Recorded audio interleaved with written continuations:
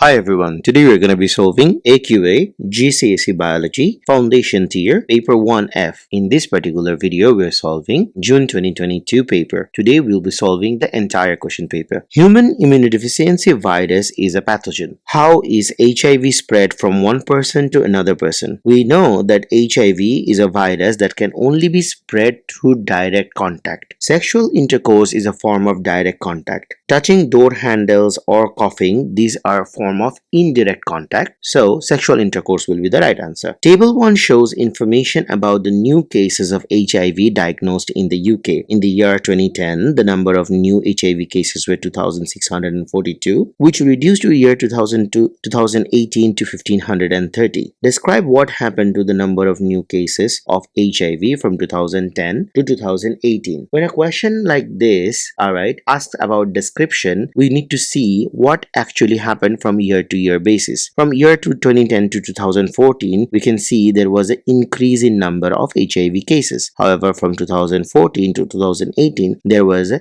decrease in number of HIV cases, and the decrease is pretty sharp. It's about half of what was in 2014. So it increased at first and then decreased. So the answer should be written like the HIV cases increased at first from 2010 to 2014 and then decreased from 2014 to 2018. What could cause a decrease in the number of new HIV cases in the future? A higher population of people in the UK. Usually, with the increase in population, the chances of increasing HIV within the population actually increases because we want to look for decrease, so we have to see some other things. A lower number of trained HIV nurses. Now, if we decrease the number of nurses that are trained for HIV related treatments, then we will as well increase the number of patients that are contracting HIV because less people will be aware of the HIV in general. So we must provide better education on how to prevent the spread of HIV from direct contact like sexual intercourse, sharing of a needle, things like that. If people are more aware of it, then people will definitely avoid it. Scientists have been working to produce a vaccine for the HIV for many years. How could a vaccine work to prevent a person from being infected with HIV? Write the stages A, B, C, D, E in the correct order. Alright, so the first stage has been done for us and the first stage is C. So let's read it. An inactive form of the virus is injected into the body. Alright, by looking into the option, we can see the next logical step should be white blood cells produce antibodies to the inactive virus. Once the white blood cell produce the antibodies will then attach to the inactive virus. Once the antibodies attach to the inactive virus, the antibodies will then destroy the inactive virus, and if the active virus enters the body in future, the antibodies are reproduced quickly, and as a result the antibodies will then be able to eliminate the active virus before it can affect the white blood cells. So this will be the logical course. Now after C, the next point comes to be E, and then it's A, and then it's B, and then it's D. When scientists produce a vaccine for a disease, the vaccine is tested on live animals. What is the next stage in the testing the vaccine? Testing on cells in a laboratory. So once the test has been done on live animals, the testing on cells in a laboratory, we can assume that this has been already done because after testing the medicine, after testing the vaccine on live cells, then it goes to test on live animals. So then it should be tested on healthy volunteers. Yes, we will test it on healthy volunteers so that we can find out if there is any side effect. A person who is already infected may not be capable of producing antibodies by getting a vaccine, because the immune system is already compromised when they are already affected by that particular virus. Testing on the whole human population. Well, when we apply it to the whole human population, population is no longer a test. It will be then we are absolutely sure that the vaccine works. A vaccine for HIV is important because it is difficult to develop safe drugs to destroy the viruses such as HIV.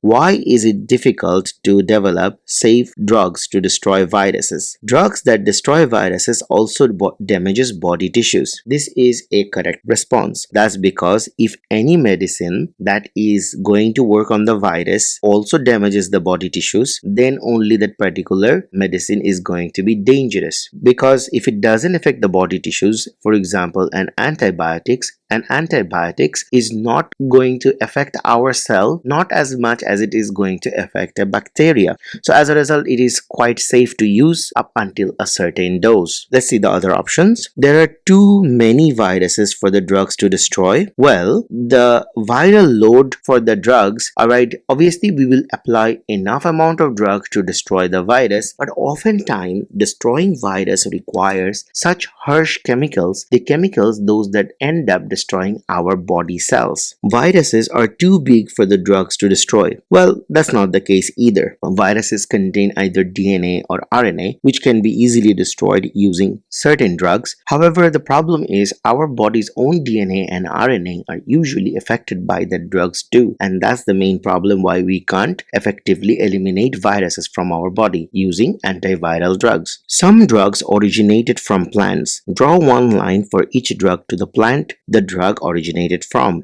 So aspirin. Aspirin is mainly it's from the willow tree. So and then the drug digitalis. Now we know the digitalis comes from foxglove. So why not rose and tobacco? For example, the case of rose here is just a I believe we get only scented oil from rose, so we wouldn't talk about it anyway. And the next is tobacco. Tobacco provides us mainly with nicotine, and we know that it's a very commonly used drug.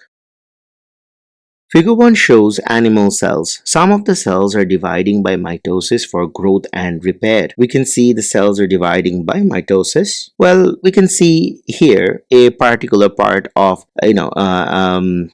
mitosis, which we can see anaphase here. The chromatids are being pulled apart to opposite poles. Here we can see metaphase, where the chromatids are lined up in the equator. What fraction of the cells in figure 1 is dividing by mitosis? Now, from just by looking at the picture, we already indicated two cells that are undergoing mitosis. For the other cells, it's difficult to tell that they are undergoing mitosis or not. So the total number of cells here is 8. So since two of them are going mitosis, so it will be 2 over 8 or 1 over 4. The cells which are not dividing in figure 1 contain 10 chromosomes. One of these cells divide by mitosis to produce 2 new cells. How many chromosomes will each new cell contain after mitosis? So each new cells will still contain 10 chromosomes because once the cell multiplies the number of chromosomes, it produces identical chromatids. But right after mitosis, the number of chromosomes remains the same. So it will be 10. Cells divide in a series of stages called cell cycle. Now complete the sentence and choose answer from the boxes. Okay. Before mitosis can occur, the cell grows. The genetic material in the cells doubles when the DNA replicates. After the chromosomes have been pulled to each end of the cell, the cytoplasm by itself then divides and produces 2 new cells. Now the division of cytoplasm is known as cytokinesis. Figure 2 shows the time taken to complete different stages of the cell cycle. We can see stage A represented by mitosis, and we can see stage B and C represented by a clocking time. Which of the cell cycle takes the most amount of time? Definitely C takes the majority of the time, so it will be C. What percentage of the time in the cell cycle is stage A? Now to do this, we'll have to consider that there are total number of 1, 2, 3, 4, 5. So there are total number of 10. 10 as in 10 let's say 10 pies. Okay. So out of the 10 pies, only one of them is A. So 1 multiplied by 100%. So that represents about 10% of the total time. Stem cells divide by mitosis. Scientists can use stem cells from an embryo to create heart cells in a laboratory. Which organ system contains heart cell? Heart cells are within heart and which is part of the circulatory system. Digestive system consists of stomach and the gut. Nervous system consists of all the nerve cells found in the central nervous system and peripheral nervous system. And respiratory system consists of lungs and also a part of we would say nostrils and trachea, all of those things. So circulatory system would be the correct answer. Name one medical condition that could be treated using heart cells created from an embryo. Suppose a particular person has cardiovascular disease or coronary heart disease, so replacing that affected heart can give that particular person a better chance of survival. So we can say cardiovascular diseases, and the person will be able to prevent heart attack. Other better answers will be coronary heart disease and also heart attack. Give one reason why a patient may not want to be treated with heart cells created from an embryo. The patient may have ethical issues. The use of an embryo cell, could be against his or her religious belief. The method is not fully tested, so the person might be concerned. There is a risk of infection because this is a process that involves a surgery, replacement of a particular heart that is already working but could have a heart attack in future, and the heart cells may also be rejected. So all of these are possible answers. You just need to write one of them.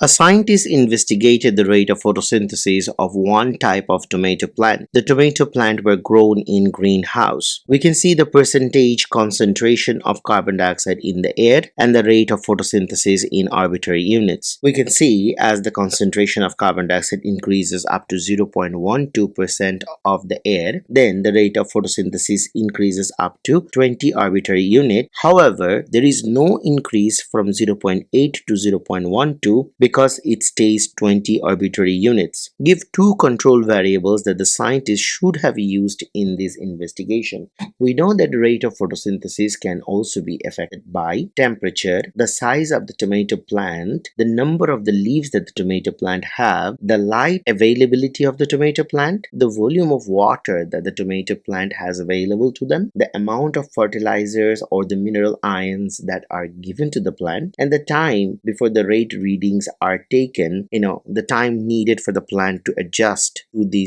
all of these variables. So all of these can affect the rate of photosynthesis and they should be kept constant. However, since the question asks for two controlled variables, we can go for temperature and size of tomato plants, and the other points I will include them as well.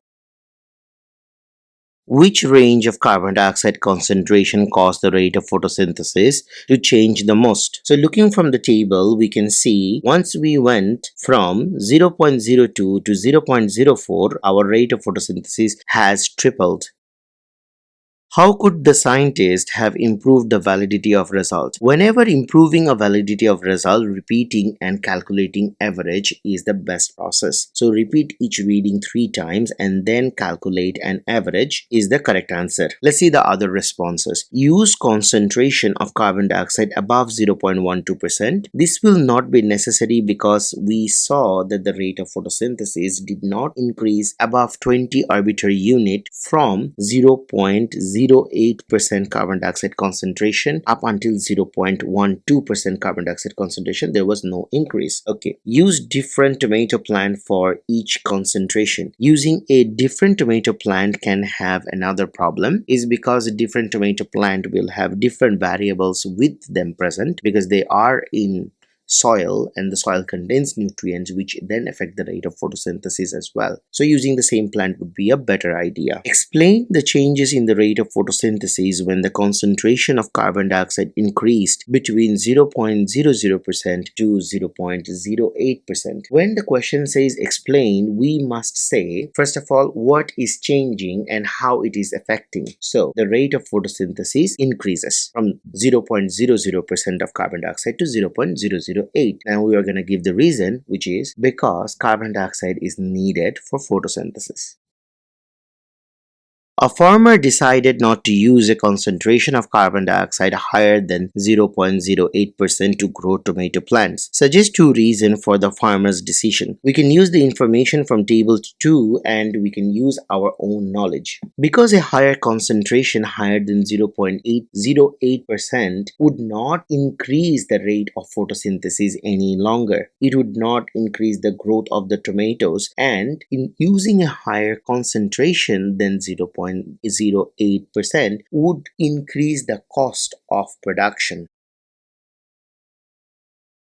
Figure 3 shows a microscope. We can see there are parts labeled A, B, and C. So, what are the parts labeled A, B, and C? First of all, A is used for adjusting the focus of the microscope. So, we can say it is there to adjust the focus. Then B, part labeled B, is there to reflect the light. So, we can say it is there to direct the light into the viewer's eye. And then for C, alright, we can see the C is talking about the C is referring to the objective lens. So since C is referring to objective lens magnifies the image. So it is there to magnify the image of the specimen. So the other options are to hold the slide in place. To hold the slide in place, there is usually clips on two sides of the microscope, and to support the microscope, the supporting of the microscope is usually done by the heavier base that we have here. The heavier the base, the less the vibration from the surrounding will pass into the microscope, and as a result a very clear image will be seen. A student prepared some onion cells. The student viewed the onion cells using a microscope, cut an onion into pieces using a sharp knife, peel off a thin layer of cells from one piece, place the layer of the cell onto a microscope slide, add 3 drops of iodine solution to the layer of cells. Now guys, these drops of iodine solution is brown in color, and it is going to stain any starch present in that onion cell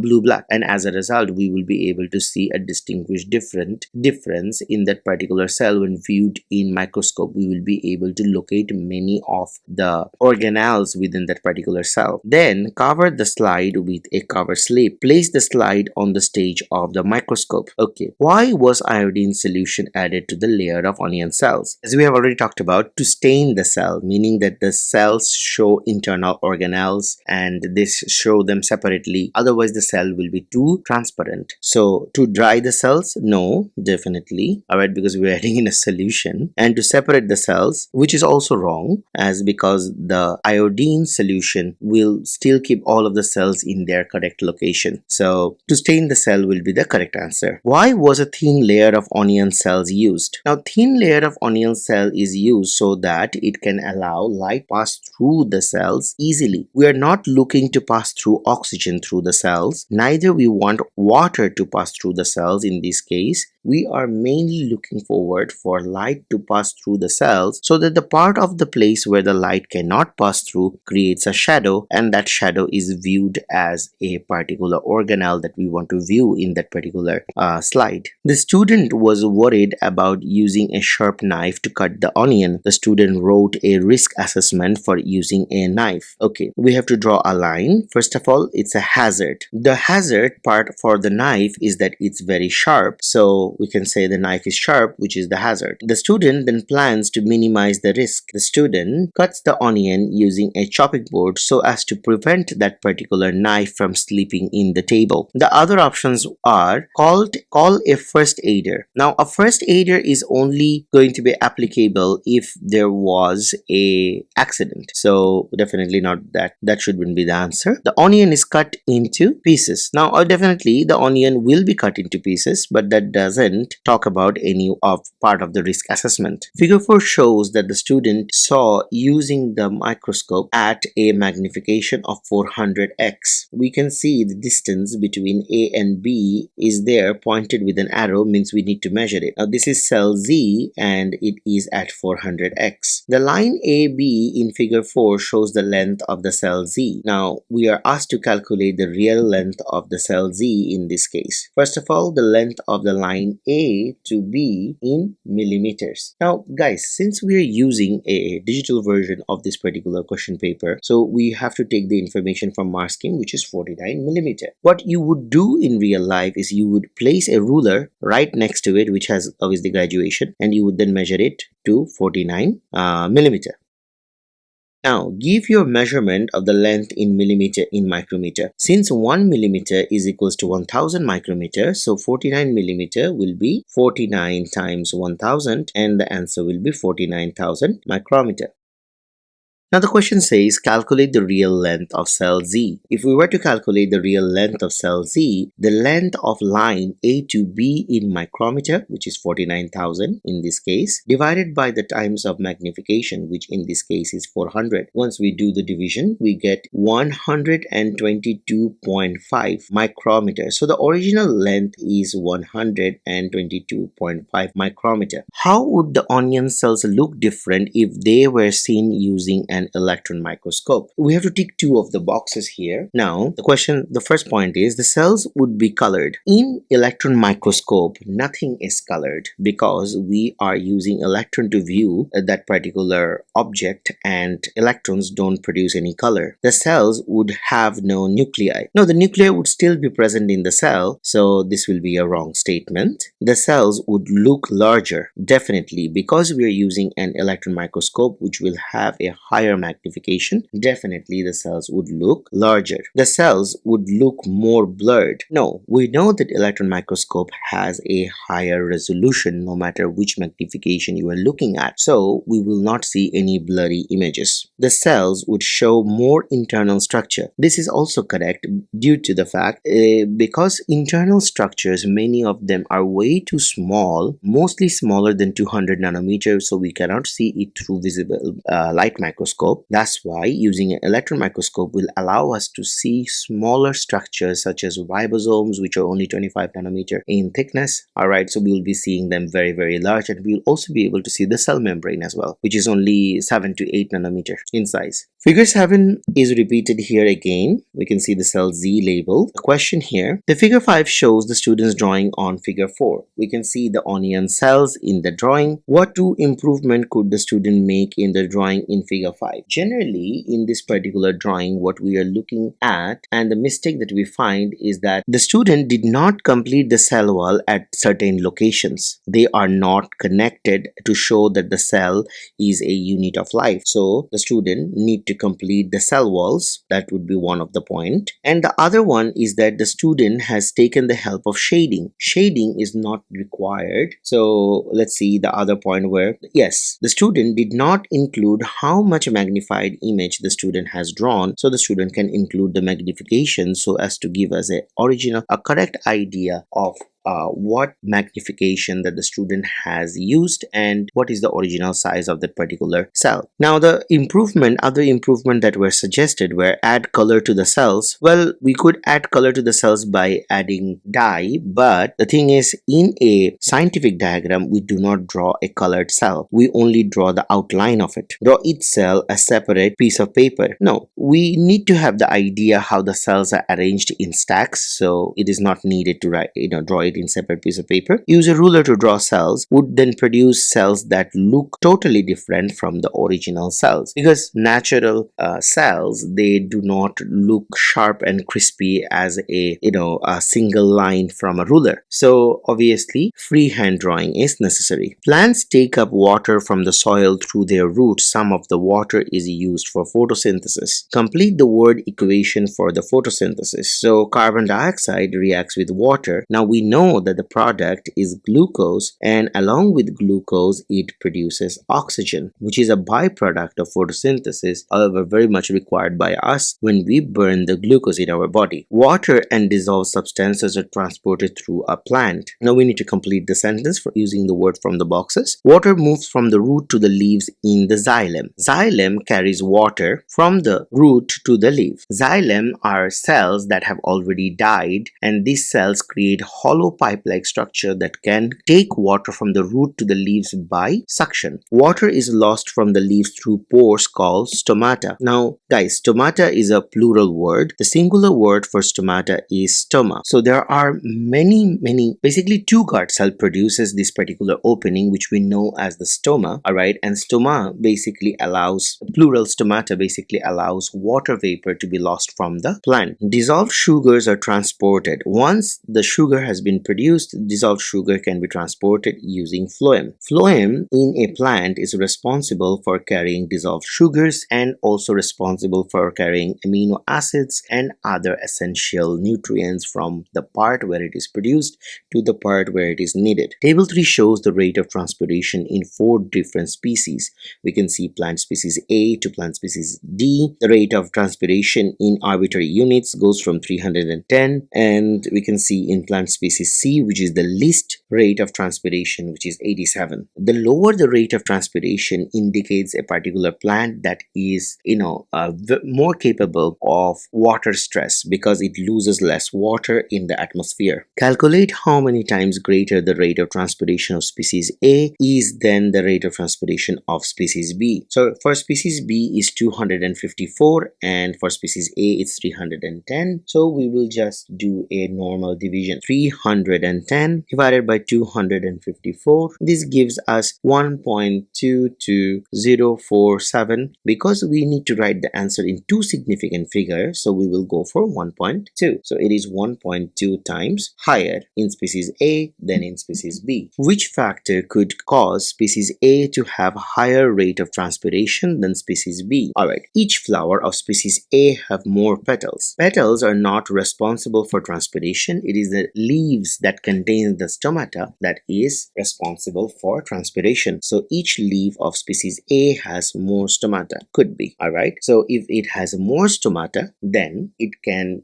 do transpiration more and lose more water as water vapor into the atmosphere. Each plant of species A has shorter roots. You see, roots are for absorbing water from the soil. Having shorter root does not explain why more water will be lost from the aerial part of the plant through transpiration. Which environmental change would cause an increase in the rate of transpiration? Now we know that rate of transpiration is mainly dependent on the humidity. Alright, increase in light intensity. Here the first point says about decrease in light intensity. We know that if the light intensity decreases, then the number of stomata opened will also decrease. So if the light density decreases, less transpiration will occur. Decrease in wind speed. If the wind speed decreases, then the water vapor that just left that particular leaf will be surrounding that particular leaf and will not be leaving that leaf. So there will be a lesser gradient and a lesser incentive for water vapor to move out of the leaf into the surrounding air. So this will not increase the rate of transpiration either. Increased humidity refers to that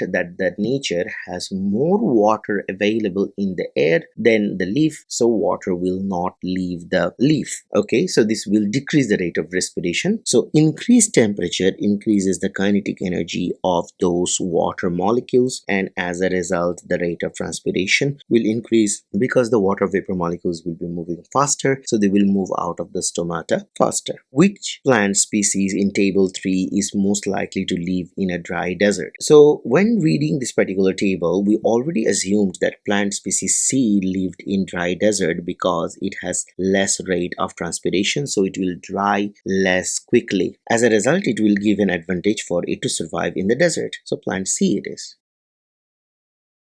Some plants have adaptations that help them survive. Figure 6 shows part of a gorse plant. We can see sharp spines in that particular plant. How will the sharp spines help the gorse plant survive? The spines will stop the plant from being eaten because herbivorous animals will get poked in their face, alright, when they will try to eat it. The spines will prevent damaging the plant by the herbivorous animals.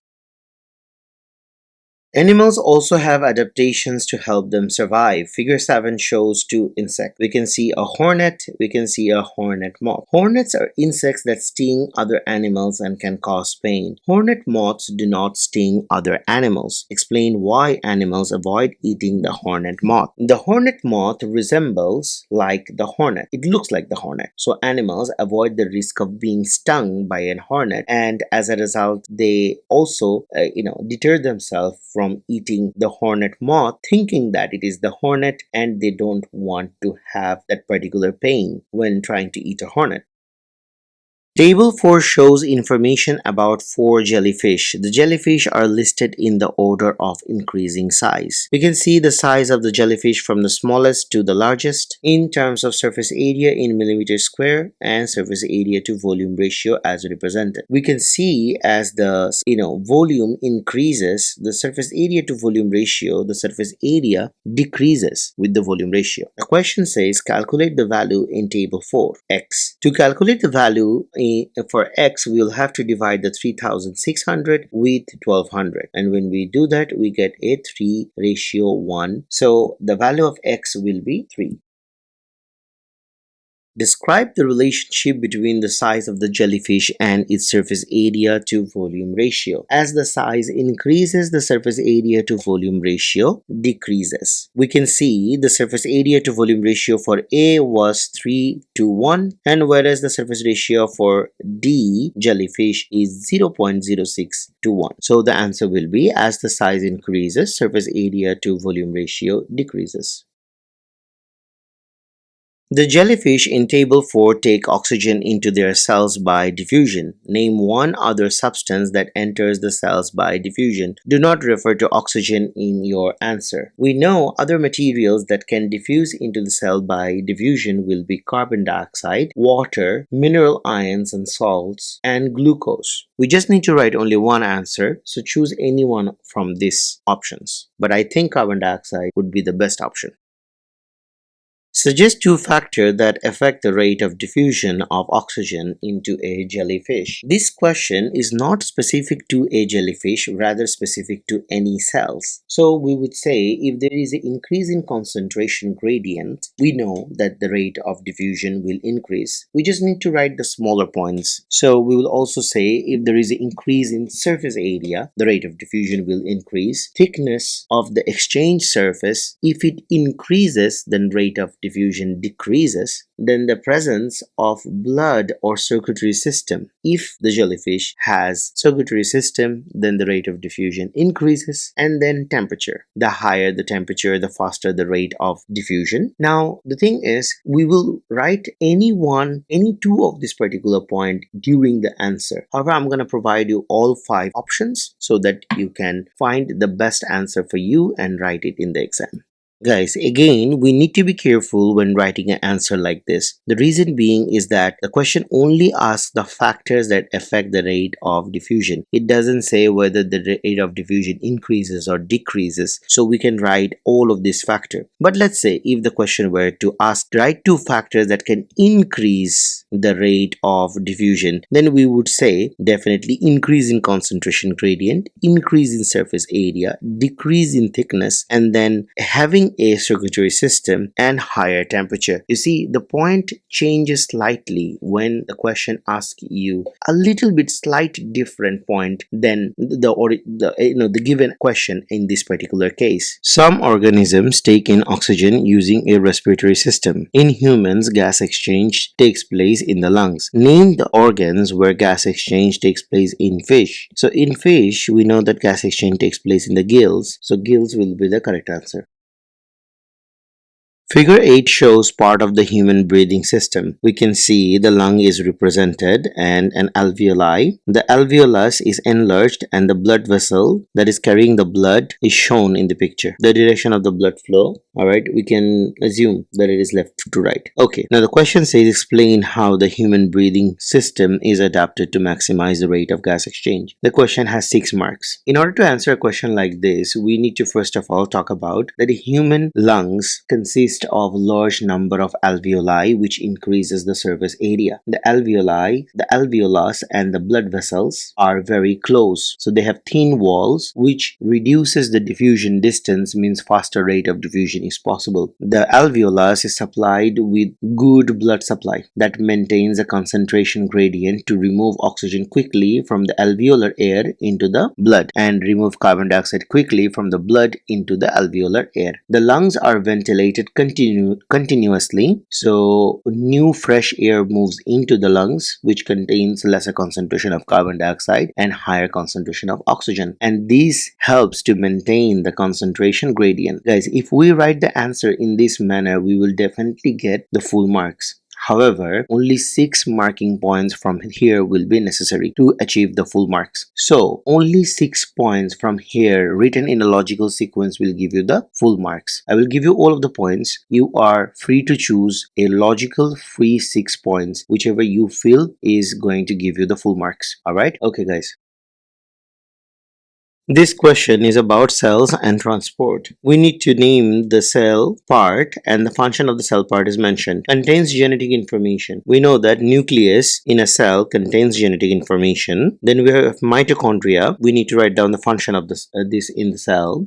It is the site for aerobic respiration. So we'll write site for site of aerobic respiration. Controls the movement of substances into and out of the cells. This is the function of cell membrane. Cells in potatoes are plant cells. Cells in potatoes do not contain chloroplast. What is the function of the chloroplast? We know that chloroplast contains the green pigment called chlorophyll. It is needed for photosynthesis. Name one type of cell in a potato plant that does not contain chloroplast. The root hair cell in the potato plant does not contain chloroplast because it is not exposed to light and it does not require to do photosynthesis. So we'll say root hair cell. A student investigated the effect of salt concentration on pieces of potatoes. To do the investigation, the student cut 3 pieces of potatoes of the same size and record their mass of each potato piece. Add 150 cm cube of 0.4 mol per dm cube salt solution to a beaker. Then the student placed each potato piece into the beaker, and after 30 minutes removed each potato piece and dried the surface with a paper towel. Then the student records the mass of each potato pieces. Repeats the steps from 1 to 6 using a different concentration of salt solution. What is the independent variable in the investigation? Concentration of salt solution. Now you see, the independent variable is the one that the student has the ability to change, or the student is changing to test the effect. Here the independent variable will be the concentration of the salt solution, because the student used different concentration of salt solution in the next experiment. The mass of the potato pieces, the mass of the potato pieces should be similar in every experiment to make the experiment fair. So that could be a controlled variable. Then the time potato is left in salt solution should be similar in all experiments. So this is a control variable too. The volume of salt solution can affect the result. So the volume of salt solution along with the concentration for every repeatable experiment should be same. However, for different experiment can have different concentration of salt. So volume of salt solution should also be similar. All these 3 are controlled variable to make the experiment fair. Why did the student dry the surface of each potato piece with a paper towel in step 5? To make sure that the student is weighing only the potato. The student calculated the percentage change in mass of each potato piece. For one potato piece, the starting mass was 2.5 gram. The end mass was 2.7 gram. Calculate the percentage increase in mass of potato piece. Percentage increase in mass divided by starting mass into 100. So, increase in mass in this case we can see 2.7 minus 2.5, which is 0.2, divided by the starting mass, which is 2.5, into 100, which gives us a total, percentage increase in mass as 8%. The student used the results from each potato piece to calculate the mean percentage change in mass at each concentration, and from 0 to 0.4 we can see there was an increase in mass. It went low, it decreased, and at some point once the student used 0.4 mol per dm cube, the mass change decreased. So we can see that there was a negative value there, so the mass of the potato decreased. Now we have to complete figure 9 and label the x-axis and use a suitable suitable scale for the x-axis to plot the data from table 6. So to do the data from table 6, okay, since we will have to do the x-axis, now we know that the x-axis always represent the the independent variable. The concentration of the salt solution is the independent variable, so we can write that down.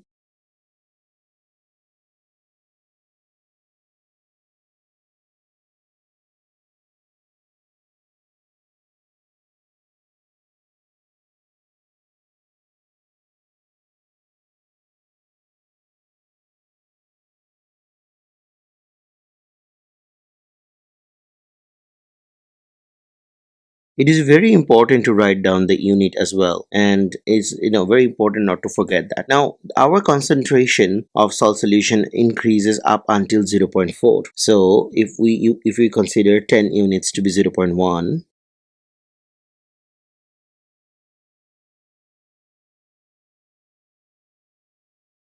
the reason why we choose 10 units to be 0.1 is to make this particular scale even, and also we need to ensure that we are using at least 2/3 of the graph paper. At 0 we had percentage change in mass of 9.8, so we will label it in that way. Each boxes on the y-axis, each smaller box on the y-axis represents 0.2. So 9.8 will be 9 and then 4 boxes. With 0.1 we have 9.5, so it will be middle of a particular box. With 0.2 we have 7.0, so we can see there is a dramatic change in percentage change in mass. With 0.3 we have 0.4. With 0.4 we have negative 1.4. So negative 1.4 will be below 1, and then 1.4 will represent 2 more boxes. That's how we're going to finish it. Now the question says draw a line of best fit. So we will have to do a line of best fit through these particular points. Sorry guys, for 0.3 the point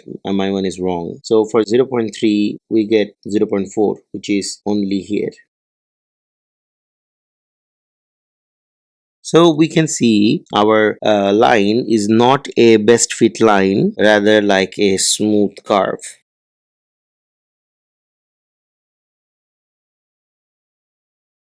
What concentration of salt solution was equal to the concentration of the solution inside the potato pieces? Now to do this particular answer, we will have to locate the point where we cross the x-axis. We can see we cross the x-axis at exactly 3.15. So we can say 3.15 mole per dm cube. Because this particular point is, this particular point comes from the graph that we have drawn and the extrapolation that we do. That's why we find the value 3.15, which will be always correct, or whatever value you find during the exam. However, one thing we need to make sure that we draw that particular graph smoothly. The next question says explain why the potato pieces in the 0.4 mole per dm cube solution decreased in mass. So there is a higher concentration of salt solution outside. So what happens? Water moves out of the potato cells by osmosis, because the solution in the potato cells are less concentrated than the outside of the potato cells. Plant cells and fungal cells are similar in structure. Figure 10 shows a fungal cell. Name one structure in figure 10 which is present in both plant cells and fungal cells but not in animal cells. So we know that in plant cells and even in fungal cells there will be a cell wall present. However, animal cells do not have a cell wall. Which disease is caused by a fungus? We know gonorrhea is a bacterial disease, malaria is caused by a protist, measles are caused by a virus. So rose black spot in rose plants basically are a example of fungal disease. A fungal cell divides every 90 minutes. How many times would the fungal cell divide in 24 hours? Now 90 minutes is equivalent to 1.5 hours, or we can convert the 24-hour into minutes. In both way it is going to work. So either we will do 24 divided by 1.5, which will give us 16, or we can do the other way around, which is 24 we can multiply it by 60, then divided by 90, which will also give us 16. So the number of times the cell divides will be 60. Some type of fungal cells are grown to produce high protein food. The high protein food can be used to make meat-free burgers. Where is protein digested in the human human digestive system. In the large intestine, the main function of the large intestine is to absorb water. The liver actually, processes all the assimilates. So the liver takes in all the amino acid, glucose, turns the amino acid into proteins, turns the glucose into, glycogen. All right. However, the digestion of from the salivary glands, saliva is released. The saliva also digests carbohydrates, but doesn't digest any protein. Stomach is the only place, and small intestine, which is not mentioned in this particular option, these are the only places where proteins can be digested. Which chemical could be used to test if the burgers contain protein? Benedict's reagent tests for the presence of reducing sugar, whereas Biuret reagent tests for the presence of protein. Biuret reagent has a blue color, and if protein is present, then it goes purple. Ethanol is the test for the presence of lipids, and iodine solution can be used for test for carbohydrates such as starch. Table 7 shows some information about the burgers made from meat and meat-free burgers. In terms of proteins in gram, burgers from meat contains 14 grams of protein and meat-free burgers contains 9. So a cholesterol comparison is 120 in burger from meat and 0 from burger from meat-free sources. Evaluate the use of burgers made from meat compared with meat-free burgers in providing humans with a healthy balanced diet. So since we will have to evaluate, first of all, let's see the general comparison between both of them. Fiber in meat-free burger is very high, which is 5.5, and fat in meat-free burgers are less, which is 5.2, and carbohydrate in meat-free burgers are almost as similar as burgers that are made with meat. Actually, it's a little bit lesser. So now in terms of comparison, we can say the meat-free burgers contains more fiber, so it will aid digestion and prevent constipation. The meat-free burger contains more protein for growth. The meat burgers contains more protein, so which will be good for growth. The meat burgers contains more fat, which can cause coronary heart disease and may lead to a particular person being obese, and obesity can also increase the risk of the type 2 diabetes. The meat burgers contain more cholesterol and can cause narrowing of the blood vessels and heart attack. It can also lead to coronary heart disease. Both burgers have similar amount of carbohydrate, and carbohydrate can provide good energy. There were no information for both of the burgers provided in terms of vitamins and minerals for both of the burger. The meat burgers require animals to be farmed, which increases methane in the atmosphere, and the methane then contributes to global warming. The meat burgers require animals to be slaughtered, where there can be ethical issues in some people who may choose to be vegan. Some people won't eat meat-free burgers at all because some people don't like the idea of eating a fungus, and some people prefer the taste of meat. So guys, we will need to write at least 6 points from all of this in a logical manner to get the full marking, full marks. However, what we can do is we can definitely, you can pick and choose from the points, all right, that I will write in this particular answer. I will try to include as many points as possible. However, you can pick and choose and write the most logical ones that you can think of, all right, and at least write 6 to 7 points to get the full marks. Guys, that's all for this particular question paper. Thank you for watching this video. Guys, question paper like this will be uploaded every day, so please subscribe to the channel and let the channel grow. Refer the channel to your friend, and also if you have any suggestion or question paper in mind, you let us know. We will surely make the recording of the particular video as soon as possible, and however, the editing is a very long queue, so we try to upload as we record in a particular same serial. Definitely we will be uploading that particular video as soon as possible. So you let us know in the comment, and your urgency, based on your urgency, we will definitely upload it as soon as possible. Any video that we upload, we will definitely put it in a playlist, so keep an eye for that too. Thank you guys for joining the video. Best of luck for your exam. See you in the next video, guys. Bye bye.